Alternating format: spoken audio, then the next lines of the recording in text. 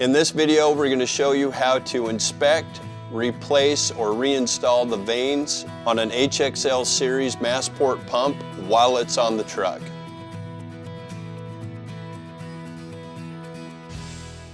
Over time, the vane will wear because of contact with the rotor housing, which will decrease the performance of the pump. This can be fixed easily by installing a new set of Masport vanes and getting your Masport pump back to factory conditions.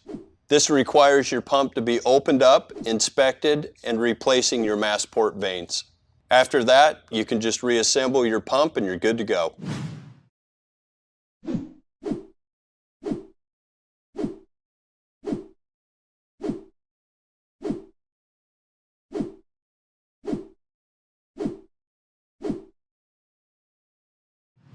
First step we're going to take is to remove the oil guard cover.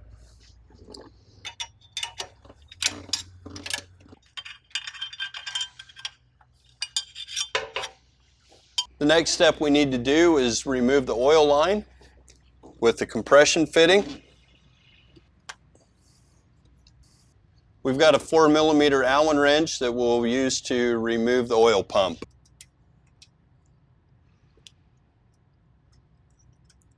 Now that we've removed both bolts from the oil pump, we're going to pull the oil pump out and carefully put it aside. Now with the oil pump aside, we'll go ahead with a pair of needle nose pliers, remove the oil pump drive shaft.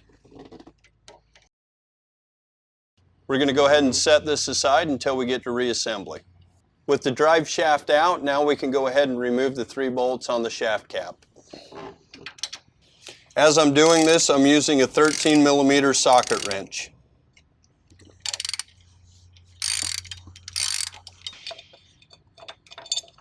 With our 3 bolts out, we can now remove the shaft cap and inspect the key slot. If we find any burrs on the key slot, we want to go ahead and take a file and lightly grind those down. When we remove our end plate, it won't damage any of the seals. Next step is we want to take a rag and make sure that our key slot is pointed down, so when we take our end cover off, there's no damage to any of the seals. We use a rag just to protect our hand, make sure we don't cut ourselves. Our next step, we'll remove the remaining 6 bolts on the end cover. We will use a 16mm socket. We're going to go ahead and remove these bolts evenly, similar to changing a tire, just to make sure everything stays consistent. Once you get them loose, you can just go ahead and use your fingers and loosen them the rest of the way. Next step, we're going to use the Masport end cover tool removal kit to evenly remove the end plate. We're going to put the straight tools into the bolt holes. We have 2 straight tools and then 2 T-handled ones, which will go into the jack bolt holes. This toolkit will just help us evenly pull the end cover off the pump. You'll feel some resistance and you can see that it's coming off the body of the pump itself. Once we've got the end cover off, we can go ahead and inspect the O-ring, make sure it's not pinched or damaged in any way. Our next step is we'll remove the gasket carefully. You'll notice on the gasket material, if it has 2 holes or 3 holes, that will indicate the thickness of the gasket that'll need to be replaced back on if it is damaged. You might run into a pump that doesn't have an end cover gasket. That's okay, not every pump will. Now the end cover's off, we can go ahead and inspect the inside of the cylinder. We'll use a flashlight and we'll go through and inspect and look for any scoring in the housing, any corrugation, any signs of heat. If we do run into anything like that, it may indicate that we may need to do more maintenance on the pump, such as honing or boring in a full rebuild kit on that, which we can discuss later. Then we can go ahead and inspect the bearing as well, make sure that's in good operating order. Our next step is we want to go ahead and inspect the vanes. We want to grab the shaft with a rag, kind of pull it up a little bit to make sure that it's not binding on the bearing on the back side of the pump. We can then slide the vane out, noticing if it catches, making sure that they slide freely in the slots. If they do catch, there might be a burr, which may be an indication of foreign material getting in the pump and nicking the vane slot. If that happens, we can go ahead and take a file and go ahead and file that spot down until it's smooth and our vane slides in and out nicely. And we will want to go ahead and do that on all of the vanes. The first vane came out really easy. The second one was a little bit stuck, so we took a flat-sided screwdriver and carefully just kind of reach up in and pull that vane out. Now that we've got all of the vanes out, we've inspected all the vane slots and see that they're good. What we can do is go ahead and inspect our vanes. We're looking for any gouges, wear. We can also take a set of calipers or a tape measure and go ahead and measure the overall width. If they're within factory measurements or specs and the vanes are in good working order, we can go ahead and reuse those. If they're worn or damaged, we'll want to go ahead and replace them. Even if you find one vane that's damaged, we recommend that you go ahead and replace all the vanes with a genuine Masport vane pack. Now we're at a point where we're going to apply a little bit of oil on here.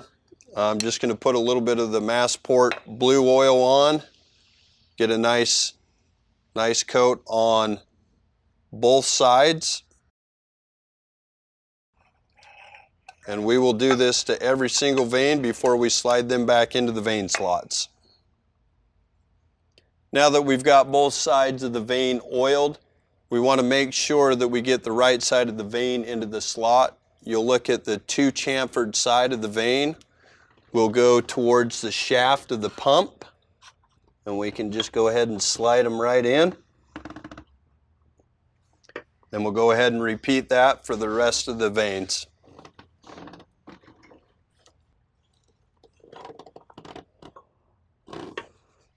Now that we've got the vanes installed, we're going to go ahead and wipe everything down on the pump, the end of the rotor and the cylinder. Make sure we get all the debris, nothing that's going to hang up inside the pump or the vanes. Now everything's wiped down and clean, we can go ahead and install the shim gasket back on the housing of the pump. It's a little easier to put it on the housing as opposed to the end cover, just so you're not fighting it. We'll do that with a little bit of oil.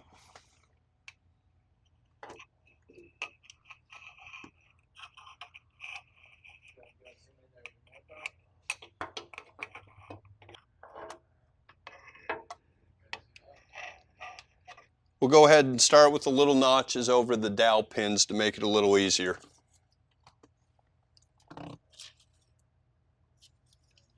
We'll want to be real careful putting the shim gasket on that we don't have any creases or it binds anywhere, and we make sure all of our bolt patterns are lined up with the gasket. Before we go ahead and put the end cover back on, we want to make sure that our shaft is in the bottom position the same way we took it off, so we don't damage any of the seals on it. We're going to grab our end plate. We're going to go ahead and take out the T-handles next. Once the T-handles are out, we can go ahead and flip it over, give it another good wipe down, make sure everything's clean. We're going to put a little grease on the inside of the lip seal. Next, we're going to go ahead and slide the end cover back over the pins, make sure everything's lined up. Now we'll take a mallet and make sure we work this very gently back on evenly.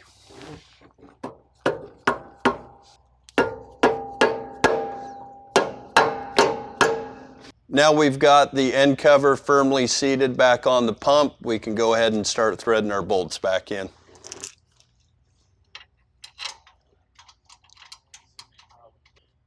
For right now, we're putting in 6 of the 8 bolts, and to note, they will be the shorter bolts as well. The last 2 bolts are going to be the longer ones, and they're used to put the oil guard cover back in place. We're going to go ahead and remove the guide tool.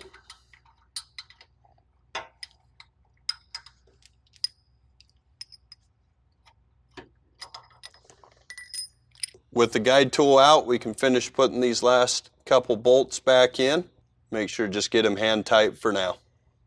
Before we move any further, we want to go ahead and make sure that that shaft is spinning freely, nothing's binding on it.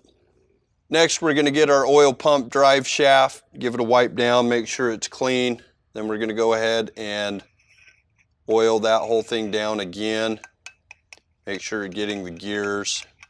After we've got this lubed up, we want to pay attention to the little hole here. This needs to be lined up with the top of your oil fitting.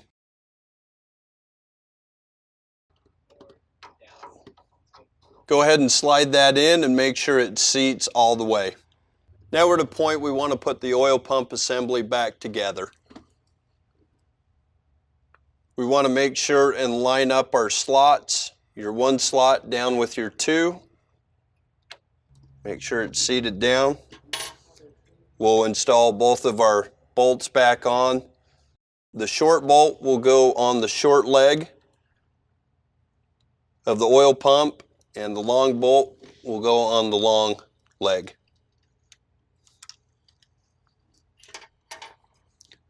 We'll go ahead and tighten it back up with our 4mm Allen wrench.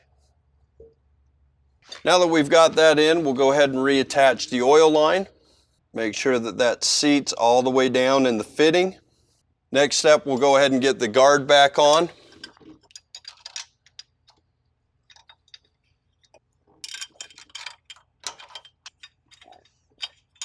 Now the bolts are finger tight, we can go ahead and grab our torque wrench and torque them back down to factory specifications. We're going to go ahead and use our same 16mm socket again. Just kind of like putting a car tire on, make sure we get everything tightened down and even. Now that we've got the bolts torqued down, we're going to go ahead and grab the shaft and make sure the rotor turns freely.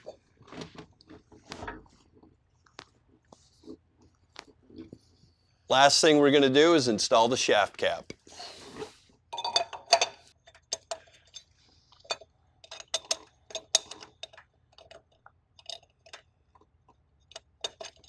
Now that we've got the bolts hand tight, we'll just finish them off, snugging them up with a socket.